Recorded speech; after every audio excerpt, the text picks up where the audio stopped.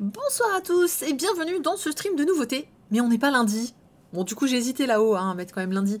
Mais non, on est mercredi, et oui, c'est la première fois en un an et demi, que je me retrouve sans manga à chroniquer le lundi. Ah là là, quelle aventure. Merci, Béna. Attends, je vérifie que le son est bien allumé. Tout est bien allumé. Tout est bien allumé. Bon. Oui, c'est bon. Oui, le gros doute. Mais c'était quoi déjà ce bouton là-bas? Ah oui, non, c'est bon. Oui, bah ouais, j'ai eu une panne de livraison et du coup, Chocho était malade, donc pas de solution de repli. Mais c'est pas grave, bah j'ai décalé l'émission donc à ce soir et celle de ce soir, l'actu sera vendredi. Voilà, mais c'est pas grave, ça fera la deuxième fois qu'on sera un vendredi pour l'actu. Aucun le lundi, du coup on est bien suivi le mercredi. Bah oui, c'est ça. Ah bah oui, alors du coup, voilà, l'agenda de ce soir est un peu plus chargé pour deux raisons. La première, c'est que j'avais prévu l'agenda de lundi, mais entre-temps, j'ai reçu des mangas de Pika qui sont ici. Et donc je précise, voilà, que les mangas... Alors, j'ai plusieurs mangas que j'ai reçus presse, et vous savez que j'aime bien le préciser. Donc les Sido m'ont été envoyés par Panini, que je remercie beaucoup d'avoir envoyé les nouvelles rééditions. On l'avait déjà traité aussi pour Aozo Royal. Et chez Pika, puisque désormais je suis vraiment bien partenaire avec Pika, j'ai reçu les nouveautés. Il s'agit de Paradise Residence et Sahara. Par contre, il faudra que je revoie avec eux le petit timing de réception, parce que du coup, je les reçois après la sortie. Et du coup, je peux pas les chroniquer bien à temps. Mais bon, je vais voir ça avec eux. Au pire, tant pis, je serai toujours une semaine en retard sur les Pika, ce qui ne serait pas très grave, je pense. Mais essayons quand même de faire, de respecter le timing, s'il vous plaît, c'est très important pour moi. Donc merci encore aux éditeurs avec qui je suis partenaire. C'est vraiment un plaisir de pouvoir collaborer avec vous, d'avoir plein d'infos et tout. Et pour vous, personne qui est présent ce soir, j'espère que vous avez regardé le Cri du Mochi hier. Alors, je sais que souvent on me dit « Ah ouais, mais c'est quand même plus long ». Ah bah oui, mais en même temps, c'est pas mon émission. Hein. Moi, je suis chroniqueuse là-bas. Je suis le rythme, finalement, qui nous est proposé par Caroline et Fumble.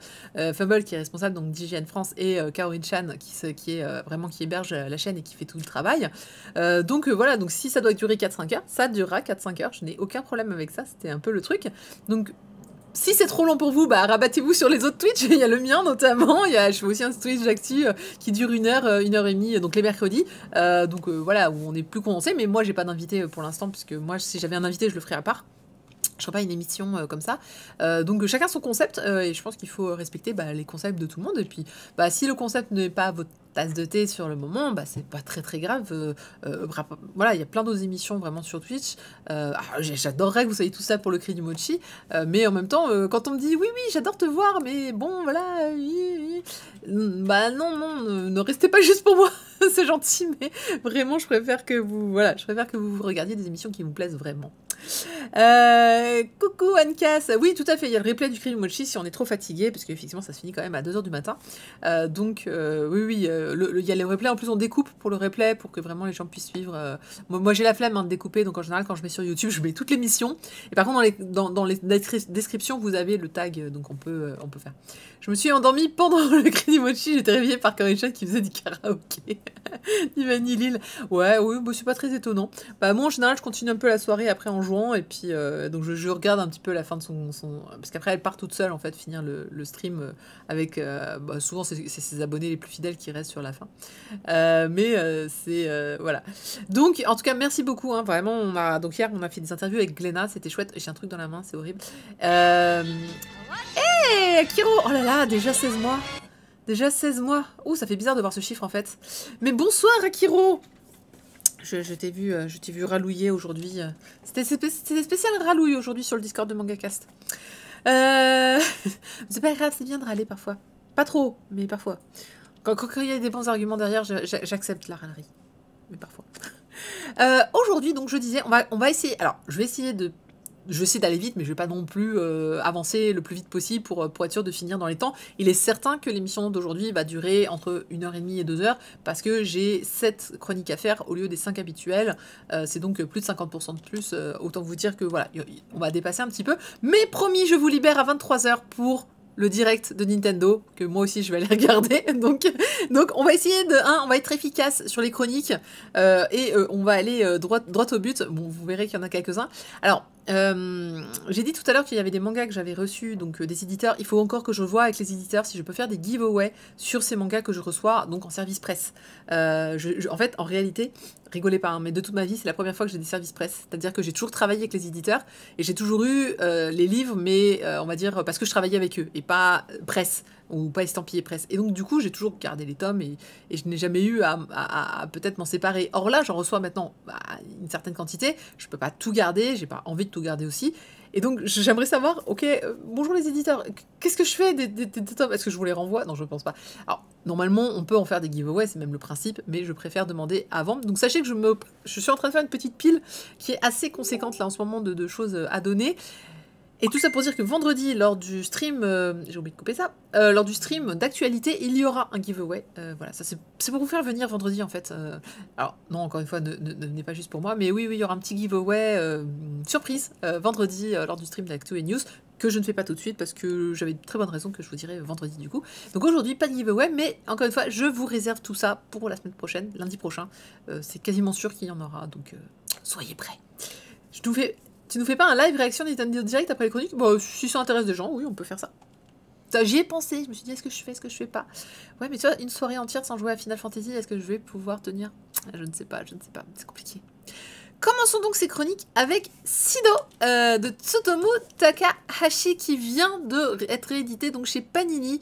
Donc pour l'histoire, hein, c'est une série qui était déjà sortie en français avec des couverts jaunes fluo si vous vous souvenez bien, dont j'avais d'ailleurs commencé à acheter. Et puis bon voilà, comme toutes les séries de Panini, à un moment, à l'époque où c'était Génération Comics qu'on disait, la série s'est arrêtée, on n'a jamais vu la fin. Je crois qu'ils avaient sorti 14 tomes sur les 25 que compte la série, donc c'est une très longue série quand même pour Panini, et je suis très étonnée donc du coup qu'ils remettent à zéro, les compteurs à zéro pour tout relancer.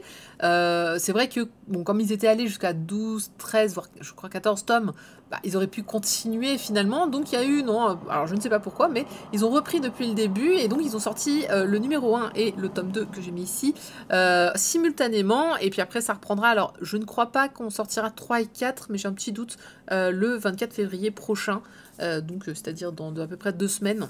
Je crois qu'après ils reprennent au rythme de 1 par mois. Donc ça vient tout juste de sortir. J'en parle maintenant parce que bon déjà je les ai reçus après leur sortie, et en plus j'hésitais entre les mettre plutôt dans les reviews du mercredi, mais comme j'avais fait à Azoriel en spécial news, je me suis dit non, on réserve le même traitement à Sido, donc ça a freeze chez moi. Ah mais j'ai hâte de voir si les autres vont dire est-ce que d'autres ont freeze? Non, moi je suis en vert. Ça se passe pas trop mal. Ça veut dire que ça va. Rassurez-moi, ça va. J'ai chaud, oui, c'est bon. Non, c'est tout ok, si, super. Merci, Gaming Panda. Donc, Sido, donc déjà, Tsutomu Takahashi, c'est un auteur extrêmement connu, et puis à l'époque, qui était encore plus connu qu'il ne l'était aujourd'hui. Et alors là, c'est bête, mais évidemment, je m'étais en train de me dire, on peut sortir quoi comme nom de Tsutomu Takahashi? Eh ben, je sais plus. Salut, Jado! Ça fait plaisir de te voir. Discrètement, elle va aller voir comment, parce qu'elle a pas envie de faire de bêtises en disant des noms, parce que j'en ai un en tête, et j'ai pas envie de me tromper dans ce que je vais dire. Donc, il s'agit de l'auteur de Alive, Sky High, Blue Heaven, Back One, Retto, Soulkeeper, Détonation, et le dernier, le plus connu, pour vous, sans doute, c'est... alors, je sais jamais comment on prononce, mais Noon. Je vais l'écrire dans le chat. Je ne sais pas comment prononcer ça. Pour moi, voilà, Alive, il avait fait énormément de bruit. Sky High avait fait énormément de bruit. Enfin, vraiment, Tsutomu Takahashi, dans les années 2000, c'est quelque chose... Enfin, c'est quelqu'un qui est extrêmement populaire, extrêmement connu. Quand Sido sort, on doit être dans les années, pareil, 2000, 2005, vraiment les débuts de 2000. Sido fait énormément de bruit aussi à l'époque pour ça. Et puis après Sido, en fait, c'est pas qu'il n'y a plus rien, mais on n'en entend plus parler. Pourtant Panini va continuer de sortir tous ces titres, mais on va dire que voilà, il y a eu tous les soucis qu'il y a eu. Hey, merci Doko pour les rabonnements. Bon anniversaire, mais oui, 16 mois. Oh, c'est beau, ça, c'est beau. Et donc en fait finalement on va perdre de vue Tsutomu Takahashi, et puis bon on va entendre parler avec Noon. Ouais, c'est 9 en allemand exactement. Et puis voilà, donc retour sur cette auteur extraordinaire, puisque vraiment il a un style, je pense que ça se voit un petit peu à la couve, hein, mais il a un style qui fait partie des plus grands maîtres hein, pour nous en France du dessin, et ça se retrouve complètement dans Sido, qui est sans doute une de ses plus longues œuvres, je pense.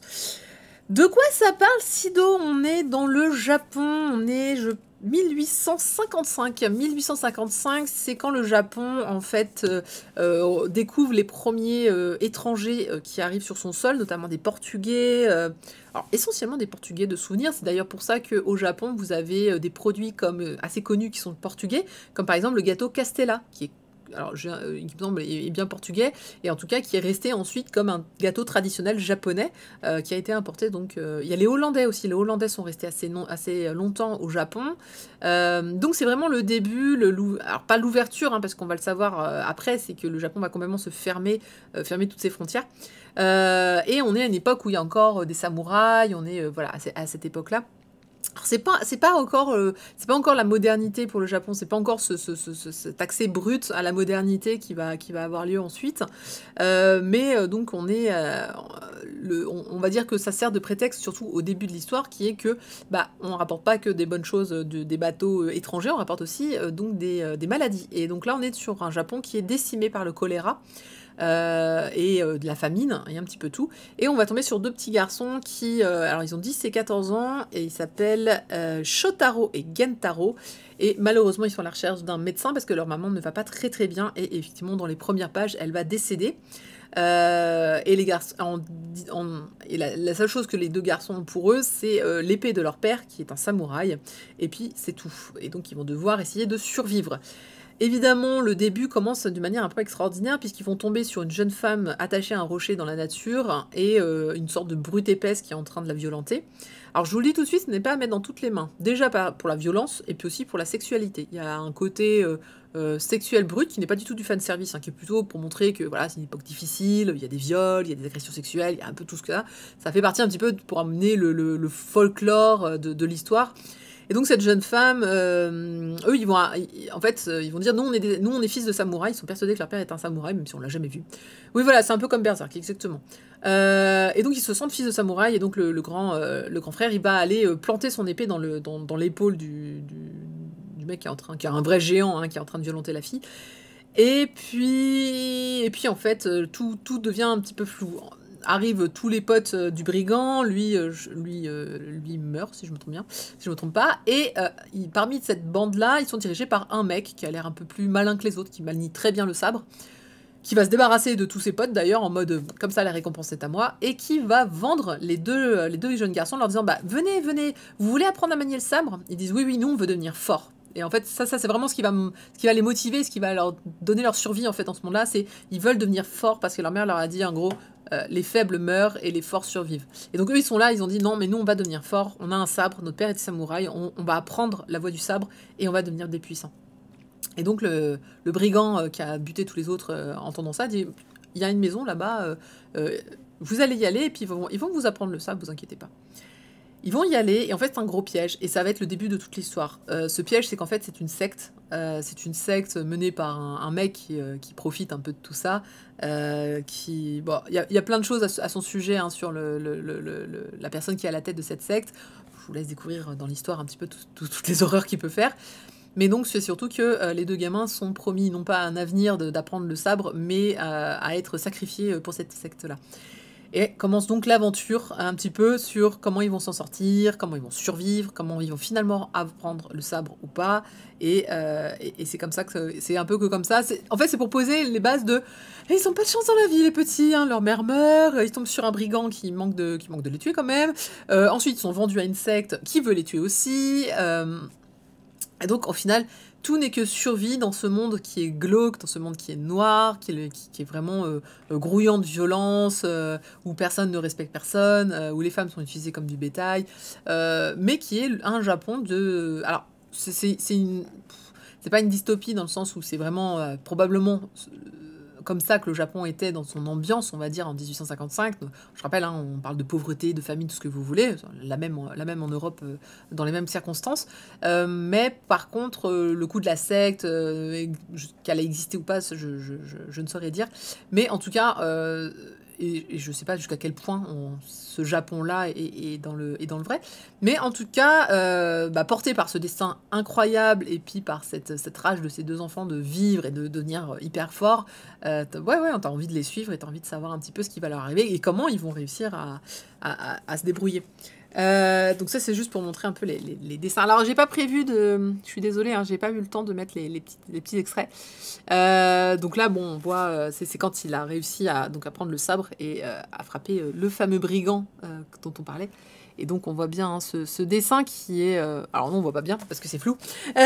Mais ce dessin qui est vraiment... qui prend aux tripes, qui est très sombre, très noir. Alors vraiment je trouve que la réflexion autour de Berserk est pas si mauvaise dans le sens où oui graphiquement... Alors c'est bien plus joli que Berserk parce que Berserk c'était quand même moche au départ. Mais c'est très réaliste. C'est vraiment un... Voilà. Tsutomu Takahashi, je suis désolée, mais c'est un maître dans l'art du dessin et de la narration pour moi. Donc, ah, mais oui, c'est vrai, Jado. Il faut que je le lise. Tu me l'as envoyé, merci. Qui a validé son mémoire. Donc, un petit peu, voilà, pour les actions avec ce fameux samouraï qui va arriver. Enfin, samouraï, c'est pas un samouraï, hein, mais c'est en tout cas un bretteur, un manieur. J'adore la planche quand il découvre la cascade, c'est trop beau. Ouais, non mais il y a des planches qui sont... Alors comme je disais, il y a un peu de nudité. Pardon Twitch. Il y a un peu de nudité, voilà. Alors un peu non, il y a beaucoup de nudité. Hein. Il y a un moment dans la fameuse secte qui tombe sur des femmes qui sont quasiment tout à poil, tout à walpé. Et voilà. Donc c'est... je cherche ce moment où il découvre la cascade, mais tu vois, il y a la nana. Ah oui, ouais, c'est celle-là, cette planche-là. Qui est super belle. Donc vraiment Sido, si vous aimez ce style-là, vous pouvez foncer les yeux fermés, vous pouvez y aller, c'est de la bonne, c'est vraiment de l'historique avec un mélange d'action, il y a du samouraï, c'est bien dessiné, c'est bien rythmé, on tombe sur des gens complètement fous dans leur tête, cruels, mais qui ont une certaine idée, un certain idéal en fait, finalement c'est un peu philosophique sur le côté les forts survivent et les faibles meurent, donc il y a beaucoup de choses philosophiques qui sont passées, en plus ils sont dans une secte qui promulgue pas mal d'enseignements, donc c'est un grand oui. 25 tomes, j'ai toujours été étonnée du nombre de tomes de cette série, non pas parce que c'est dur de lire 25 tomes, mais parce que quand tu vois la qualité de ce bouquin là, tu te dis putain il a maintenu ça pendant 25 tomes, ah c'est chaud quand même, mais bon on part sur vraiment un titre de grande qualité. Voilà, encore une fois si on aime ce type d'histoire, moi c'est un oui et je signe direct. Ça vaut 7,99 €, donc ça vient de sortir, c'est sorti le 27 janvier. Et donc le prochain tome, ou les prochains tomes, je vais peut-être le regarder du coup, bougez pas, je vérifie juste parce que j'avais un doute. Donc apparaître, on a le tome 3, le 24, ok. Et non, j'ai pas de date pour le tome... Oui, donc non, il y a que... On n'aura pas... Enfin, je sais pas quand est-ce qu'on aura le prochain tome. Ah si, tome 4. Hop là, tome 4, il sortira le 24 février. Bah si, donc ils vont bien sortir le tome 3 et 4, les deux en même temps, le 24 février. Et je suppose qu'on va aller comme ça peut-être jusqu'à... Et le tome 5 est pour le 24 mars, donc on est à un tome par... On est pour l'instant à 2 tomes par mois. Et je suppose qu'après, ils vont ralentir un petit peu la cadence. Probablement au tome 5, ils vont ralentir la cadence. Et c'était bien jusqu'au tome 14 qu'ils avaient sorti, mine de rien, la série. Donc, plein de bonnes nouvelles pour cette série qui est franchement assez incroyable et que je vous recommande grandement, parce que c'est vachement cool, Sido. Je sais pas, alors les miens sont à la cave, du coup je sais pas ce que je vais en faire. Il y a des gens qui rachètent les premières éditions quand même, ça existe. Hein. Alors je me suis toujours dit, ça existe peut-être pas aujourd'hui, mais je vais les garder, peut-être que dans 10-20 ans, les premières éditions auront un petit peu de valeur. Bon, je veux pas faire de spéculation, mais c'est vrai que parfois je me dis, oh bah non, mais c'est une première édition quand même, attendez. Salut Orange Mécanique. On n'a pas encore la spéculation première édition, je trouve, dans les mangas. Mais ça devrait pas venir, pas tarder à venir. Dans la BD, on l'a, mais pas... Alors, souvent on me demande, mais comment tu sais si c'est une première édition? Alors, hormis les spécificités d'une première édition, type jaquette, diverses et variées, par exemple, mon édition de Fushigi Yugi, c'est celle qui est imprimée sur le papier buvard, en couverture.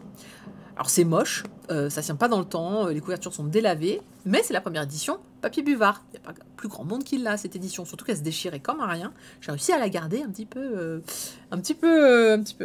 Non, je spoilerai pas, promis, pour Sahara. Et souvent, en fait, quand vous... Normalement, alors j'ai un petit doute, mais normalement, parce que j'ai que des premières éditions, moi, en manga, voyons, messieurs, dames.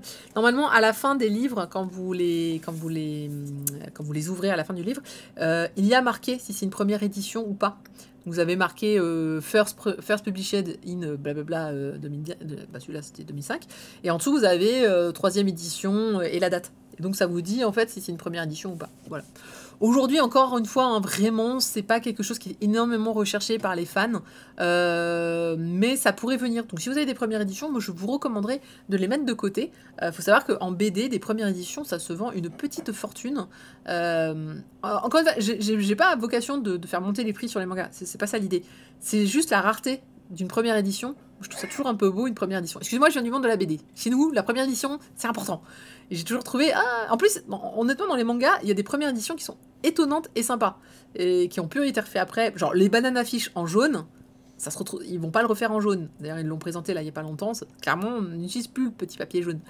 Voilà, donc il y a plein de premières éditions qui sont assez étonnantes. Et c'est pour ça aussi que qu'il faut les garder. Et sans parler de tous les titres ensuite qui n'existent plus, qui ne sont plus réédités du tout. Et du coup, c'est une première édition de cette édition-là. Du coup. Donc, là, marqué le numéro de l'édition. Ouais, la plupart marquent. Mais donc, ça c'est une première édition quand même, parce que c'est la première édition de cette édition-là. Mais la première édition de l'édition jaune fluo, je suis pas sûre d'ailleurs, je crois qu'il y en avait qu'une. Moi, j'ai les premières éditions de Princess et Silent Love. C'est déjà pas mal. Bah, à partir du moment où vous l'achetez lors de la sortie, déjà, c'est une première édition. Puis souvent, c'est pas si courant que ça d'avoir des rééditions dans les mangas. On voit bien à quel point on galère d'ailleurs à demander rééditer. On va passer à ma plus grosse attente de cette semaine. J'en ai parlé déjà dès l'annonce. J'étais là, j'ai dit, ça c'est pour moi. Many Reasons Why. Un titre de Totaro Minami qui vient de sortir chez Omake Manga et qui est 7 tomes série en cours. Je pensais que c'était fini en quelques volumes, mais non. C'est toujours en cours au Japon, ça vaut 7,90 €. Ça vient toujours de sortir et honnêtement, c'était aussi bien que ce que j'espérais sur ce titre. Alors déjà, il est très épais. Enfin, il est très épais. Il est épais, si je vous le compare, voilà, en tome normal. Voilà, tome normal, tome Many Reasons Why. On voit déjà qu'il y a masse à manger. Et ouais, je suis hyper contente et du coup j'ai vachement... Alors j'ai un petit bandeau moi avec. Il y a marqué quoi? Il y a marqué un huis clos déstabilisant et captivant, Manga News. Et puis c'est tout. J'ai juste un petit mot de Manga News. De quoi ça parle Many Reasons Why? C'est l'histoire d'une jeune fille que vous voyez en couverture. Elle s'appelle Tsubaki et c'est la lycéenne sympa. La lycéenne sympa, la lycéenne toujours le petit mot pour rire, qui est, je crois, déléguée de sa classe, qui fait partie du club de badminton, qui fait des activités à droite à gauche, que tout le monde apprécie, qui est un peu jolie, qui est, voilà, vraiment la préférée, la chouchou de la classe. Et puis, donc relou. Non, franchement, elle avait l'air cool. Et puis un jour, elle part à la pause déjeuner, elle ne revient pas. Et tout le monde se dit, tiens, c'est bizarre, où est-ce qu'elle est, etc. En fait, elle s'est pendue dans l'une des toilettes très reculées de son école. Donc, elle est découverte bien après, genre à 4 heures, on va dire comme ça. Et tout le monde est super choqué et personne ne comprend son geste, évidemment. Le lendemain, tout le monde trouve, dans sa classe, donc la 4e D, tout le monde trouve une enveloppe sur sa table. Et cette enveloppe, elle vient de Tsubaki. Donc absolument tous les élèves, et même le prof, ont reçu une enveloppe qui contient une lettre. Hello Louise Ivam, installe-toi, on parle manga, n'hésite pas à discuter dans le chat, ils sont très gentils, ils mordent pas. Et donc, les élèves ont commencé à ouvrir un petit peu les enveloppes et effectivement, c'est une lettre qu'elle leur a laissée, souvent assez gentille et bienveillante, en disant merci d'avoir été avec moi toutes ces années, j'apprécie particulièrement ton écoute, etc. Cordialement, bisous, adieu. Et puis, tout le monde se dit, ce qu'on va faire, c'est que comme ils n'arrivent pas à deviner pourquoi elle s'est suicidée, vu que tout avait l'air d'aller super bien, ils décident de consacrer 1 heure par semaine à la lecture de ces lettres, en pensant que si on les lit à haute voix et que tout le monde raconte le contenu de ces lettres, alors on va peut-être deviner ce qui s'est passé. Alors, faut savoir qu'au début, tout le monde est dans la bonne ambiance. Tout le monde est en mode, mais oui, il faut faire ça, il faut trouver le pourquoi, du comment, etc. Qui veut lire sa lettre? Ah bah moi, je veux lire la mienne, etc. Ils sont gentils, et tout va bien. Le premier hic vient du prof. Le prof principal pique littéralement une colère, il pète un câble, littéralement, quand les élèves annoncent qu'ils vont lire les lettres à haute voix. Il pète un câble, il leur crie dessus en disant vous arrêtez de me faire chier, vous êtes des sales gosses, c'est de votre faute, de toute façon, tout ça qui arrive, ça va encore me retomber dessus parce que je suis votre prof. Enfin, il pète un câble et leur dit je vous interdis de faire ça, vous lirez les lettres à personne. Et donc les élèves leur disent non mais alors déjà tu vas te calmer, t'es bien gentil, mais tu ne peux pas nous interdire de lire les lettres. Et donc ils se décident justement le vendredi à 4 heures après les cours de consacrer 1 heure à cette lecture. Donc premier X, c'est ce prof qui a cette réaction très disproportionnée finalement sur la lecture des lettres, comme s'il avait peur d'un truc. Lors de la première heure de lecture, il y a donc une fille qui dit moi je veux lire ma lettre. Elle arrive, elle lit sa lettre et elle dit je vous lis ma lettre et en plus je sais pourquoi elle s'est suicidée, c'est parce que elle avait des problèmes avec ses parents. Et là elle raconte une histoire, elle raconte ce qu'elle avait entendu dire, sa vision des choses sur pourquoi elle s'est suicidée et le fait que c'était lié probablement à ses parents, etc. Et là, en fait, on va se rendre compte, alors je vais essayer de pas trop spoiler, mais globalement, tout de suite, l'ambiance de la classe va complètement changer. Parce que suite à ce témoignage-là, on va réussir finalement à comprendre que c'est pas du tout ça. Et tout le monde va commencer à douter de ce que les uns et les autres vont dire. Pourquoi? Parce qu'en fait, on va se rendre compte qu'ils ont tous une perception de l'histoire, ils ont tous des morceaux d'histoire, ils ont tous finalement des choses à raconter. Et c'est l'ensemble qui va former le pourquoi du comment. Alors, oui, voilà. Alors, effectivement, hein, il y a la série sur Netflix et c'est exactement ça. Alors je sais pas je sais pas qui est l'adaptation de quoi. Et je n'ai pas vu 13 Reasons Why, hein, je vous le dis tout de suite. Je sais pas qui est adapté de quoi, mais ce manga date de... Parce que j'y ai pensé aussi. Il date de 2018. Donc, du coup, je ne sais pas... Oh, c'est rare qu'on voit la date de sortie aussi précisément écrite sur un bouquin. Et voilà, donc c'est possible. Alors pourtant, tu vois, il n'y a pas marqué on me dit oui, la série Netflix est basée sur le livre, mais là, il n'y a pas marqué, par exemple, normalement, si c'était adapté d'un livre, il y aurait eu adapté ou scénario, machin. Mais là, il n'y a rien du tout. Donc je ne sais pas jusqu'à quel point il y a, comme j'ai pas vu la série, mais là, il n'y a aucune mention, en tout cas, d'un livre ou d'inspiration d'un livre. Parce que généralement, il y a marqué scénario adapté par machin et trucs bidou. En tout cas, personnellement, j'ai trouvé... Donc voilà, un peu le pitch, c'est ça, on va découvrir au fur et à mesure un peu les secrets entre tous les élèves, le pourquoi du comment, et puis il y a des comportements qui vont commencer à être bizarres, il y a des élèves qui vont refuser de lire leurs lettres, il y a des élèves qui vont accuser les autres, et donc ça va commencer à devenir un immense, comment dirais-je, climat de suspicion et super... Voilà, ça va être vraiment un climat de suspicion qui va monter dans la classe et qui va rendre les choses très, très compliquées et très insidieuses pour nous, lecteurs, où on va se dire mais pourquoi, comment il faut lire ces lettres. Parce que dans les lettres sont sympas, hein. Les lettres sont globalement toutes hyper sympas en disant merci de ta sollicitude un petit peu. Et en fait, il y a un message caché dans chaque lettre, c'est évident, mais lequel, on doit le découvrir. Donc vraiment, le lecteur, il est pris dans l'enquête pour moi. Enfin, l'enquête pseudo, hein, mais on va dire pourquoi elle s'est suicidée. On est vraiment pris dans le truc, on se demande mais pourquoi, comment, tu décryptes toutes les lettres, tu analyses les situations, les réactions des gens, etc. Donc c'est exactement ce dont je m'attendais, et c'est vraiment, moi j'adore ce genre de bouquin, je trouve que c'est hyper intéressant. Et puis là, le pitch est bien, on rentre dedans complet. Donc voilà.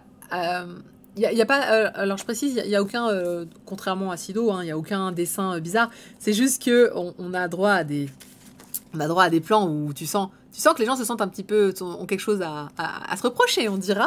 Donc c'est pour ça que je disais, c'est facile un petit peu d'analyser les expressions de chacun pour essayer de comprendre. Il y a un élève, par exemple, qui arrête pas de rigoler de tout. Il y a une autre élève qui a l'air d'être un peu la narratrice, qui va raconter, la voilà. Donc elle, c'est celle un petit peu qui sert de narratrice et d'observatrice de tout ça, et qui va avoir des réflexions un peu sur tout ce qui se passe, qui va nous aider un petit peu à avancer dans la réflexion. Donc il y a vraiment des personnages, c'est plutôt... voilà. N'est-ce pas? Tu sens la suspicion. J'avais J'avais peur d'un Fertile Reason Why like, justement, mais ce titre a l'air d'avoir quelque chose d'intéressant. Merci pour la chronique. De rien, 7 sur 7. Bah, moi, j'adore ce genre d'histoire. C'est vraiment le genre d'histoire que j'adore, que je trouve passionnante et intéressante. Tiens, là, notre chère victime qui avait l'air d'être, voilà, qui passait un bon moment au lycée et on comprend pas le pourquoi. Mais après, est-ce qu'elle s'est vraiment suicidée? Parce que c'est la question, en fait, finalement. Est-ce qu'elle s'est vraiment suicidée ou est-ce que c'est un meurtre déguisé? Les débats sont ouverts, on ne sait pas, on ne sait rien, rien n'est dévoilé. Juste au niveau du dessin, donc vous pouvez le voir un petit peu, hein, c'est un dessin qui est relativement simple, il n'y a pas énormément de décors, tout se passe dans la classe, on est surtout sur un dialogue entre personnages, on est surtout sur une ambiance, donc on va dire que ça a un découpage quand même très particulier, où il n'y a pas énormément de choses, c'est pas extrêmement chargé, c'est pas extrêmement, je ne veux pas dire soit moche, mais c'est pas extrêmement bien dessiné non plus. Tout est dans finalement la narration, la mise en page, les expressions des personnages. Donc il n'y a pas besoin d'aller chercher beaucoup de choses. Voilà, genre vraiment typiquement c'est des planches de discussion, c'est énormément de discussion. Ah on voit quand même son cadavre, Cordelius. Enfin en tout cas on voit. On voit bien une planche où, je ne vais peut-être pas la montrer, mais on la voit, elle, pendue au niveau des toilettes. Voilà. Juste cette planche-là, et puis on voit ses funérailles. Donc on suppose qu'elle est bien morte, et que là-dessus, il n'y a pas beaucoup de doutes. On les connaît, ces titres où les morts ne sont pas vraiment morts, en fait. Alors, je pense que c'est un pseudonyme, effectivement, la traductrice qui s'appelle Céline Crucifix, ou Crucifix, pardon. C'est possible que ce soit un pseudonyme, c'est assez courant, hein, ce serait pas la première. Je rappelle que pour Spade, il y a marqué Bertrand Spade, Spade, je sais plus ce qu'il marque après. Donc oui, non, ça arrive. D'ailleurs, en traduction-adaptation, il y a aussi Florent Gorgin qui a participé à la traduction et à l'adaptation de ce titre. Florent Gorgin qui est le directeur de collection de Omake Manga. Et Mooney Prod au lettrage, je crois qu'il travaille qu'avec Omake. Je les ai rarement vus ailleurs. En tout cas, le prochain tome, c'est le 8 avril. Je trouve ça scandaleux parce que c'est très très loin. C'est quand même super loin, donc je vais devoir vraiment tenir longtemps avant d'avoir la suite. Et 7 tomes, oh là là, ça va être long d'avoir le dénouement de cette série. Mais j'ai vraiment très hâte de lire la suite, de voir un petit peu comment ça va se construire. Là, il n'y a pas assez pour qu'on puisse planifier un peu voilà, qu'on puisse avoir le pourquoi du comment ou une ébauche un petit peu de théorie. Mais il y a quand même des choses qui commencent à... Voilà, à la fin notamment, on voit une planche où on pourrait deviner des choses, on pourrait se dire « Ah, donc quelqu'un sait. » Je remarque que j'ai une petite trace de cutter sur le mien. Non, pas une trace de cutter. Bon, bref. Donc, Many Reasons Why, c'est un vrai... c'est vraiment un très bon bouquin. Je vous le recommande, c'est certainement mon préféré de cette semaine. Il est assez top. Encore une fois, si vous aimez le suspense, si vous aimez les enquêtes, le train qui passe, il est violent celui-là. Calmez-vous. N'êtes pas pressé, hein. Il y a le couvre-feu, il n'y a plus personne dans votre train. Donc, direction achat pour moi direct, 7,90 € disponible dès à présent. On va passer à quelque chose de complètement différent, de Paradise Residence, hein, le dernier titre de Kosuke Fujishima, à qui l'on doit notamment Ah My Goddess et You're Under Arrest, si jamais vous les connaissez. Hop là, voilà. Qui nous sort une série en 4 tomes. La série est terminée au Japon, ça vaut 7,20 €. Et c'est assez différent de ce qu'il propose, et à la fois pas si différent. Je m'explique. Paradise Residence, c'est un tranche de vie d'une résidence, pas universitaire, mais une résidence d'étudiantes qui sont au lycée, et c'est un peu leur vie de tous les jours, notamment portée par un personnage principal qui est la jeune fille que vous voyez avec les cheveux bruns, qui s'appelle Hatsune, et qui a intégré le dortoir numéro 1 du lycée Kitsuka, qui est au sommet d'une grande colline. On a des paysages assez magnifiques de forêt. Alors je disais, c'est pas très différent parce qu'en fait, My Goddess, c'était déjà un tranche de vie. C'est juste que c'était un tranche de vie très délirant. Qui mettait en place des déesses, hein, qui vivaient sur Terre. Et donc, on va dire que la galerie de personnages s'était vachement étoffée. Hein, c'est un manga qui a fait plus de 30 volumes. Et du coup, les histoires étaient très riches, puis pouvaient partir dans des délires mi-magiques, mi-technologiques. Parce qu'il faut savoir que Kosuke Fujishima, hein, son dada, son truc à lui, c'est la mécanique. Hein, que ce soit les motos, que ce soit les voitures, les armes à feu, la mécanique, il adore ça, il en dessine à tout point. Donc je suis très étonnée qu'il ait fait une série. Je vais faire une tranche de vie avec des lycéennes, et c'est tout. Bon, il a quand même réussi à foutre une belle voiture dedans, donc ça va, l'honneur est sauf. Il n'a pas perdu la main sur tout ce qui est mécanique, tout va bien. Je suis un petit peu déçue, je le trouve un peu tiédasse parce que bah, ça manque d'un bon fil rouge. C'est-à-dire que, bon, c'est un auteur qui a toujours été dans la rom-com. C'est-à-dire la comédie romantique ou la comédie tout court parce que bah, You're Under Arrest, il n'y avait pas spécialement de héros masculins, c'était 2 filles. Et là, on retrouve ce côté duo de filles, enfin, il y en a un peu plus, et le côté très très drôle. D'ailleurs, bravo à la traduction, Marie-Saskia Reynal qui a dû en baver parce qu'on démarre la série sur plein de jeux de mots, et notamment un sur le curry, et sur la prononciation du curry en japonais. Sans équivalence en français qui soit possible, c'était, je pense, extrêmement difficile. Alors on comprend que c'est des jeux de mots, hein, et c'est plutôt drôle, mais bon, c'est pas évident de commencer par là, et bah, c'est typiquement le genre d'humour qu'adore cet auteur. Donc c'est vraiment complexe. Mais voilà, ce n'est que des tranches de vie, et c'est pas folichon. Pourquoi ? Bah parce que, bon, déjà, il y a beaucoup d'humour extrêmement japonais, comme je disais, notamment par le côté, les jeux de mots. Et puis c'est tout. En fait, je peux même pas dire que que ce soit hyper intéressant. C'est des tranches de vie tout à fait classiques. Il y a même pas un petit côté, bah, par exemple, quand on regarde Aria, qui est très tranche de vie aussi, ou Yokohama, qu'on va bientôt découvrir chez Meian, c'est de la tranche de vie, mais il y a un côté nostalgie, il y a un côté féerique, il y a un côté bienveillant. Enfin, il y a quelque chose. Dans Paradise Residence, je dois reconnaître que bah, c'est un tranche de vie de lycéen. Et il manque la petite épice, quoi. Il manque un petit peu, voilà. Il manque un petit peu le petit quelque chose qui faisait qu'on accroche. Alors peut-être ça arrivera un peu plus tard, ce n'est que le tome 1, on présente encore un peu les personnages, on connaît pas tout. Je pense qu'il a beaucoup misé sur ce personnage principal qui est très délirant, qui est vraiment n'arrive pas à se réveiller le matin, elle est obligée de bouffer, enfin, on lui fait bouffer du natto pour la réveiller, enfin c'est vraiment du n'importe quoi. Donc je retrouve un petit peu ce que j'avais vu dans Am I Goddess, le côté décalé, déconnant, qui est assez drôle finalement. Mais salut Jado, merci. Mais finalement, ouais, cette série-là manque encore un petit peu. Donc j'ai hâte de lire la suite. Donc je vous les chroniquerai hein, dans les streams du mercredi normalement, de l'actu pour un peu voir si ça vaut le coup. Ça ne fait que 4 tomes, donc je pense aussi que la série n'a pas dû hyper marcher au Japon. Pour autant, juste je tiens à signaler qu'on sort d'un auteur qui a une carrière incroyable et qui a atteint un niveau graphique assez fou. C'est beau, c'est fluide. Alors c'est très blanc, il utilise quasiment jamais de trame pour les visages des personnages. Et voilà, j'ai même du mal à vous le montrer. Alors ça c'est une américaine, du coup c'est pour ça qu'il l'a fait encore plus blanche. Mais autant il va mettre de la trame sur les cheveux, voir un peu les décors. Mais alors ces persos, jamais. Du coup ça fait ce rendu un petit peu particulier. Mais alors c'est propre. C'est propre, c'est beau, c'est du Rotling. Rotling, c'est quand le trait est dessiné avec une mine extrêmement fine. Et oh là là, ce dessin, c'est minutieux, c'est détaillé. Vous regardez là, il y a un pack de lait, il y a la bouteille, c'est hyper précis. Puis alors, comme je le disais, la mécanique. C'est un moment, il y a une voiture, parce que c'est son grand dada, les voitures. Et la voiture, tous les détails de la voiture sont dessinés au millimètre près. Et ça, c'est vraiment, c'est sans doute un des trucs les plus impressionnants. Je cherche la voiture. Elle arrive si tard que ça, si tôt que ça, voilà. Donc, la fameuse voiture, elle est dessinée vraiment au détail, au millimètre près. Et ça, je connais pas beaucoup d'auteurs qui réussissent à faire ce genre de dessin.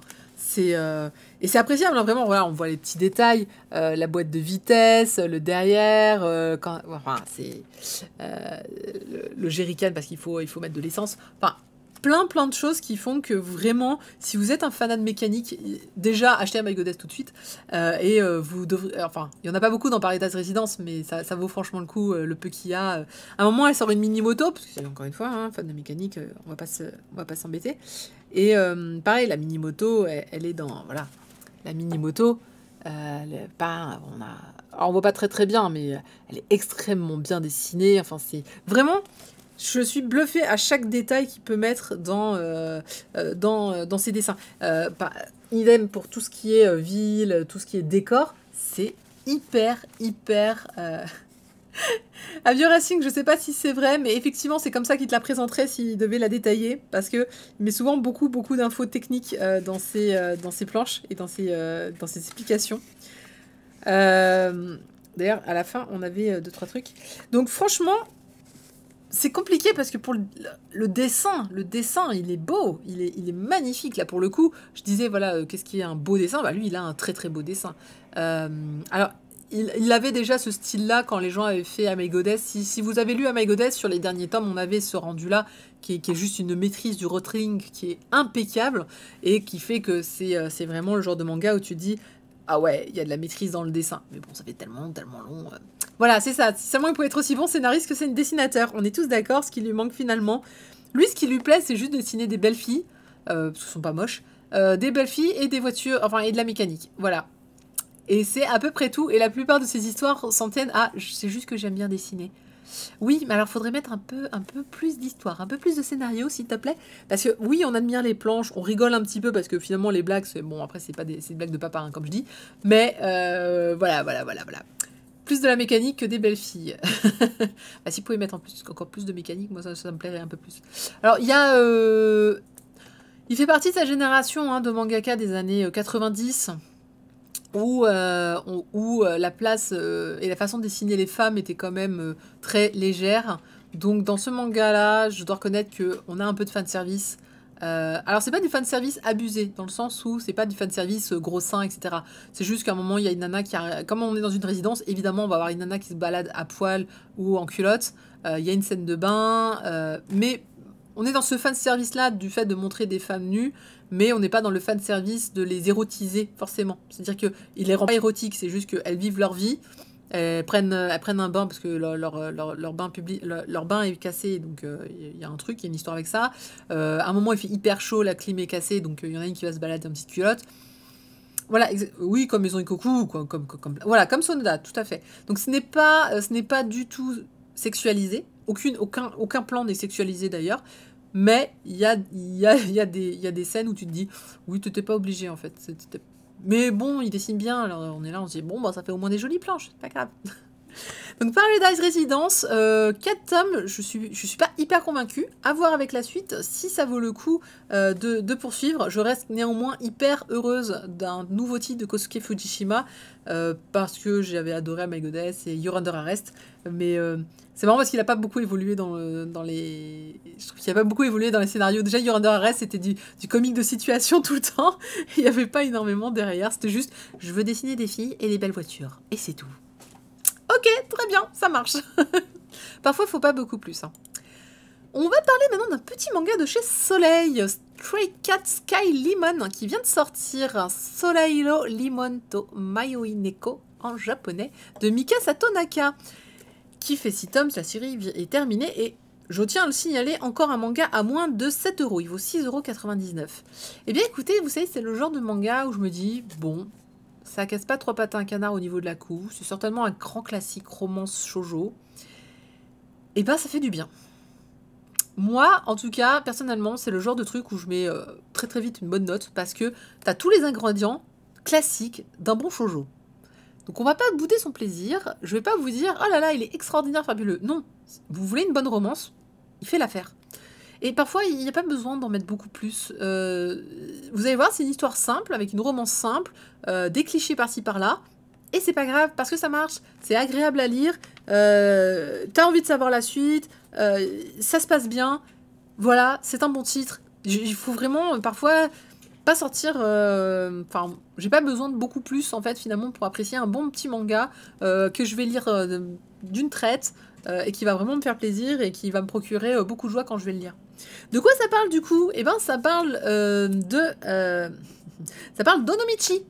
C'est lequel de deux, Onomichi? Eh ben non, Onomichi c'est une ville. C'est nul.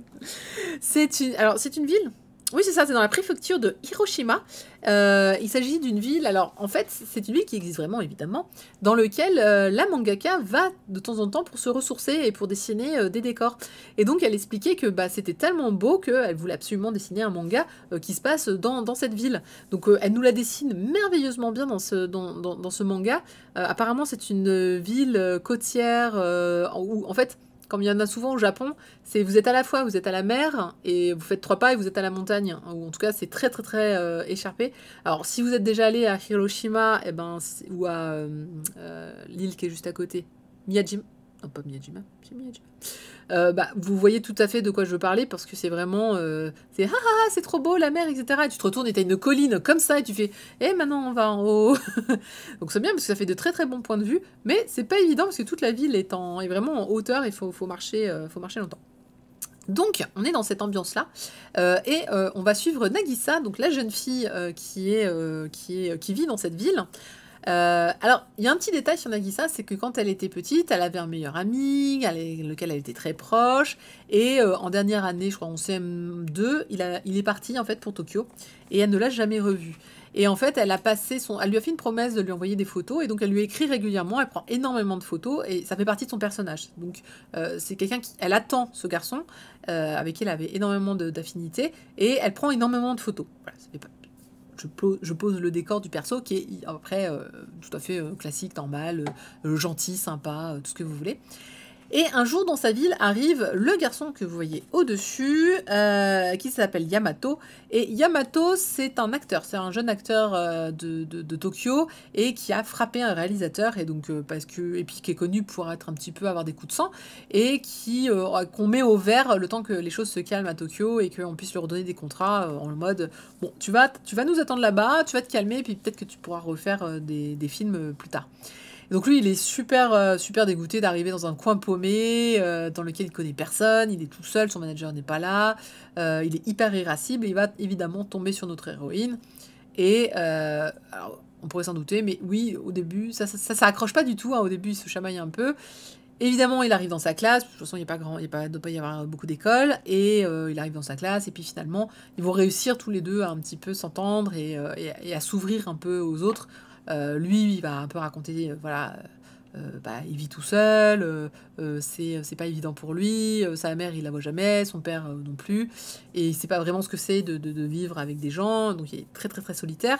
Elle aussi, bon, cette amie qui a disparu, bon, elle a quand même du mal à le vivre, il donne plus de nouvelles depuis un an, elle suppose qu'il l'a oublié, et puis c'est terminé. Donc finalement, ils vont se trouver des atomes crochus, et puis l'histoire va avancer comme ça. Donc c'est vraiment un classique de chez classique. Je n'ai rien à vous vendre sur ce titre. Moi j'adore. Très honnêtement, encore une fois, j'ai passé un très très bon moment. Je suis un peu triste que le prochain tome ne soit pas annoncé. J'espère que c'est dû au Covid et qu'il ne va pas si tarder que ça. Parce que franchement, c'était plaisant. C'était plaisant. Le graphisme est typiquement le graphisme d'un manga de romance, comme on pourrait s'y attendre. Hein. Il y a pas avec plein de petites trames partout pour remplacer le décor, avec des grands yeux inamoureux, et puis des poses de couple. et voilà. Alors, il y a un chat partout, hein, mais il n'y a pas de raison particulière sur le fait qu'il y a un chat. Joli décor, tout. Donc c'est pareil, c'est pas moche, c'est pas mal dessiné, c'est pas bien dessiné non plus. C'est la moyenne. J'ai rien, vraiment, j'insiste. C'est bien, ça fait du bien des mangas dans la moyenne, ça fait du bien de lire ce genre d'histoire. Donc si vous vouliez vous chercher une petite romance sympathique, allez-y, foncez, c'est de la bonne. Peut-être attendre que les 6 tomes soient sortis pour tout acheter d'un coup et se faire un beau cadeau et certainement une très bonne série. Je pense que ça, voilà, on va avoir un peu de clichés dans la suite du scénario. Ils vont certainement se rapprocher, ils vont certainement se mettre en couple, ils vont certainement mettre 3 tomes avant de se déclarer. Et au moment où ils vont se déclarer, il y a certainement le mec qui a disparu qui va revenir, qui va mettre son grain de sel. Évidemment, tout ça, c'est de l'évidence. Mais c'est pas grave, on aime quand même. Quand on va voir un bon film de romance au cinéma, on s'attend pas... on se doute bien qu'ils vont finir ensemble à la fin. On se doute bien qu'il va y avoir des hauts débats. Il y aura même cette séquence d'à peu près 3 minutes de clip musical pour faire avancer le temps. C'est la base. Voilà. Et bien la base, c'est bien. C'est comme ça qu'on fait les meilleurs gâteaux. Une critique. Une seule. Quand j'ai lu... Soleil, c'est quoi ça? Les autres, dites rien. Oh, vous avez de la chance, ça passe bien à l'écran. Vous voyez les petits points là? Vous voyez toute cette myriade de petits points? Ça s'appelle du moirage. Depuis quand on fait ça en 2021? C'est plus possible. J'espère que c'est les Japonais qui vous ont filé un mauvais matos. Hein. En gros, c'est quand vous scannez certaines trames, elles ressortent pas comme elles. Le scanner voit pas bien les trames et en fait, il fait à sa sauce et ça fait une histoire, ce qu'on appelle une sorte de moirage un peu moche qui vraiment fait un truc, un rendu franchement pas terrible. Et ça, on l'a sur à peu près toutes les illustrations. Alors ça le fait souvent sur de la couleur comme ça, qui ont été transposées en noir et blanc. Et il y a 2-3 illustrations comme ça, et elles sont toutes flinguées, quoi. Et je me dis, mais mince, je pense vraiment pas que ce soit fait exprès. Je pense pas que c'était comme ça en japonais. Je sais pas si on voit très très bien, mais c'est moche et ultra moche. Donc je suis un peu... je sais pas qui c'est qui a fait ça. Je vous accuse, Soleil. Je pense que c'est vous. Mais après, c'est peut-être, encore une fois, les Japonais peuvent donner du mauvais matos. Donc c'est la seule critique que je pouvais faire sur ce titre, qui, mine de rien, passe très très bien. Alors, l'autrice vous recommande, si vous voulez vous reposer au Japon, d'aller dans cette ville. Elle dit que c'est une super ville pour se ressourcer, pour y passer une bonne journée. Elle dit prévoyez de bonnes chaussures parce que ça grimpe. Et il y a beaucoup de chats aussi qui sont là-bas. Et ben je me suis dit, ok, si je retourne au Japon et que je vais du côté de Hiroshima, ce qui est certainement le cas si j'y retourne, et ben j'irai faire un tour dans cette ville, à Onomichi, qui a l'air très bien et qui a, ouais, si on peut y voir les paysages qu'elle y dessine, en tout cas, c'est très grand. Oui, et c'est avec un grand plaisir. Le jour où on a le droit de retourner au Japon. Hello, Mr. Joex. Ah ben... Oui, mais on n'est pas lundi, on est mercredi. C'est pas pareil. On va passer à Demon Slave. Hop, qui est ici, qui vient de sortir chez Kurokawa. Un manga, donc au dessin c'est Yuhei Takemura et au scénario Takahiro. Takahiro, un très connu, hein, d'ailleurs c'est pour ça que j'ai le petit bandeau. Quand le scénariste de Red Ice World, Akame ga Kill, donne le pouvoir aux femmes et enchaîne son héros. Alors, je tiens à préciser, j'hésite si j'ai détesté ou si j'ai adoré ce manga. Mais je pense que la balance fine penche quand même sur le côté... Vraiment. Alors, il y a plein de bons côtés, mais il y a un mauvais côté qui m'a saoulé, tellement saoulé à la fin, que j'étais là que ça m'a un peu gâché ma lecture. Donc, je saurais pas trop comment le... Voilà. Je tiens à être très très honnête sur ce point. Vraiment, il y avait plein de bons trucs. Putain, ça a été gâché par 3 planches, quoi. Bravo, bravo. Nul. Je suis pas contente. De quoi ça parle, du coup? Mato Seihei no Slave. Ça parle en fait de notre monde. On est dans une dystopie.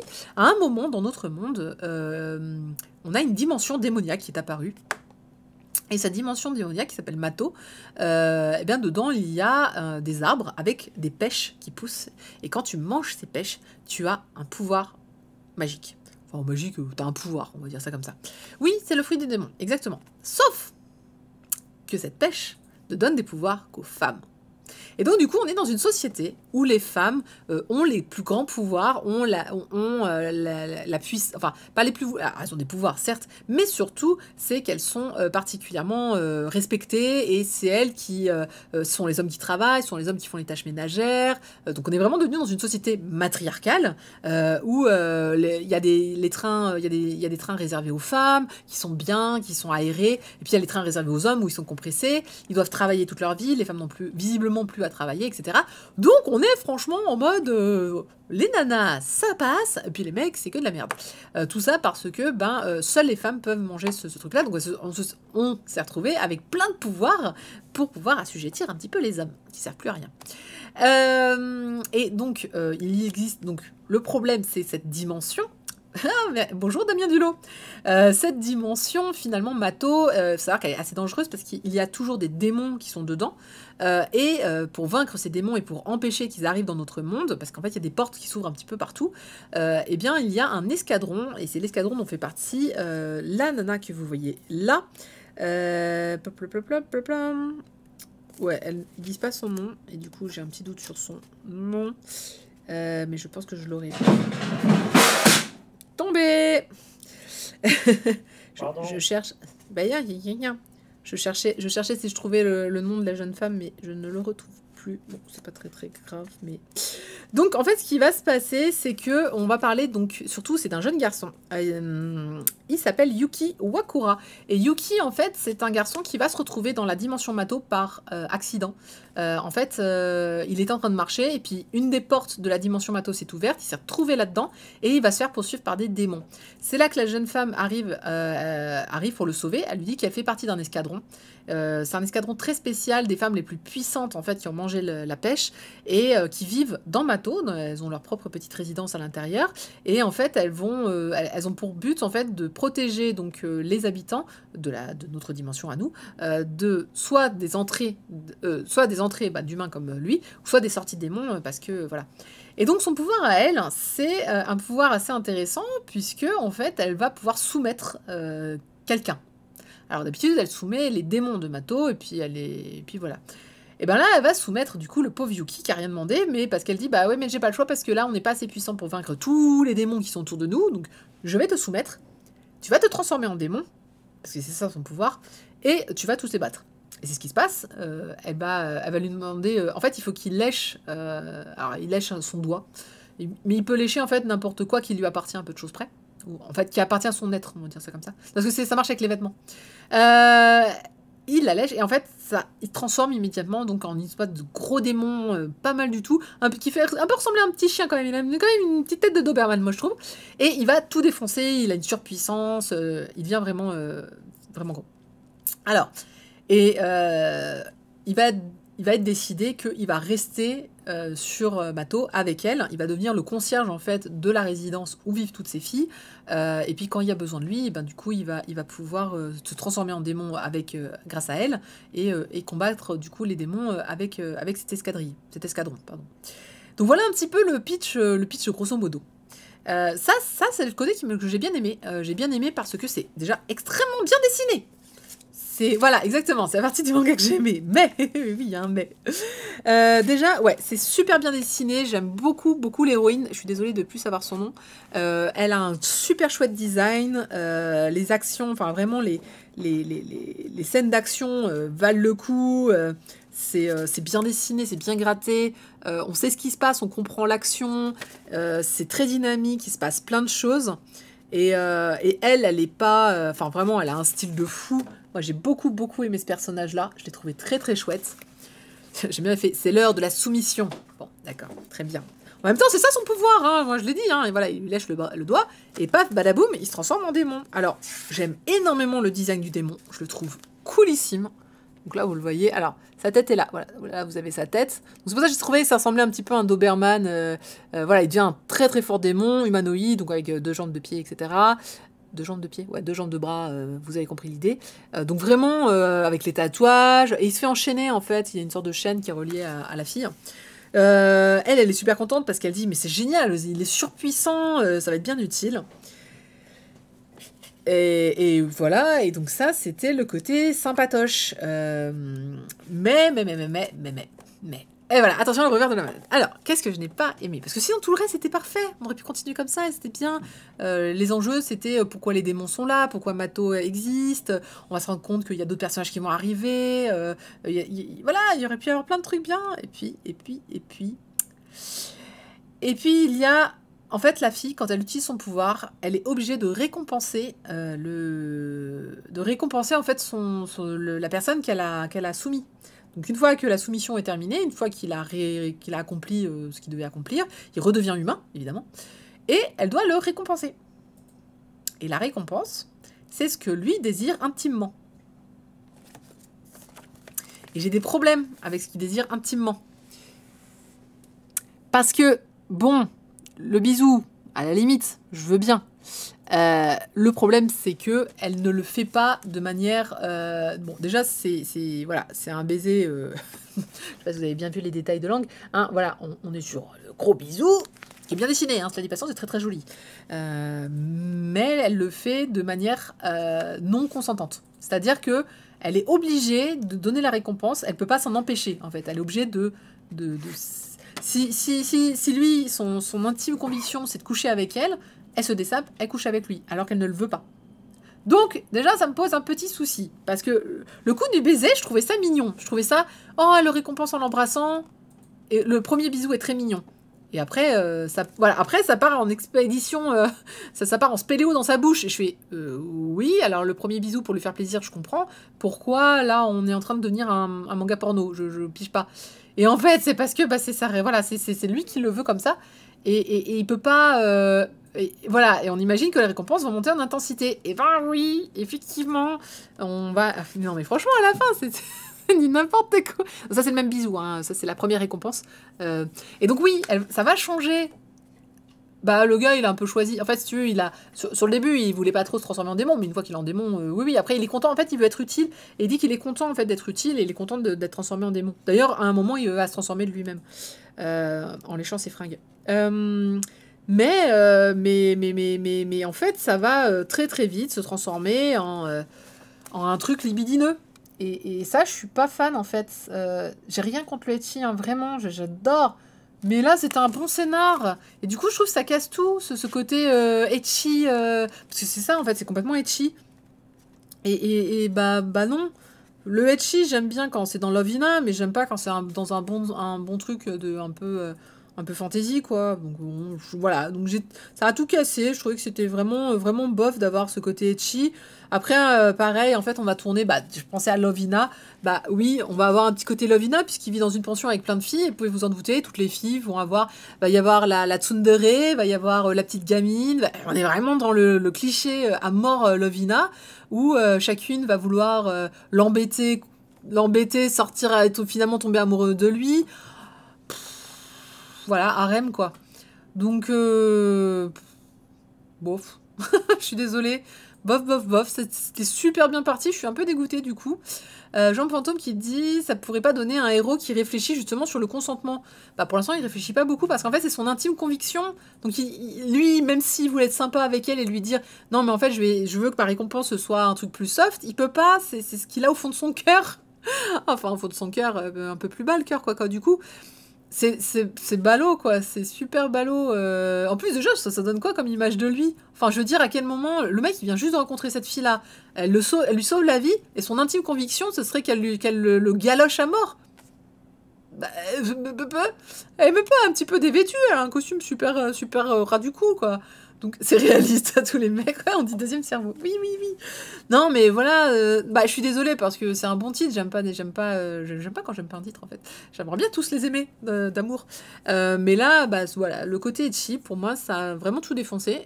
Alors, je pense qu'il y a plein de gens qui vont adorer. Vraiment, hein. Je veux dire, le scénario est très bon. Le dessin est excellent. Alors, est-ce qu'il y avait de l'humour? J'ai lu.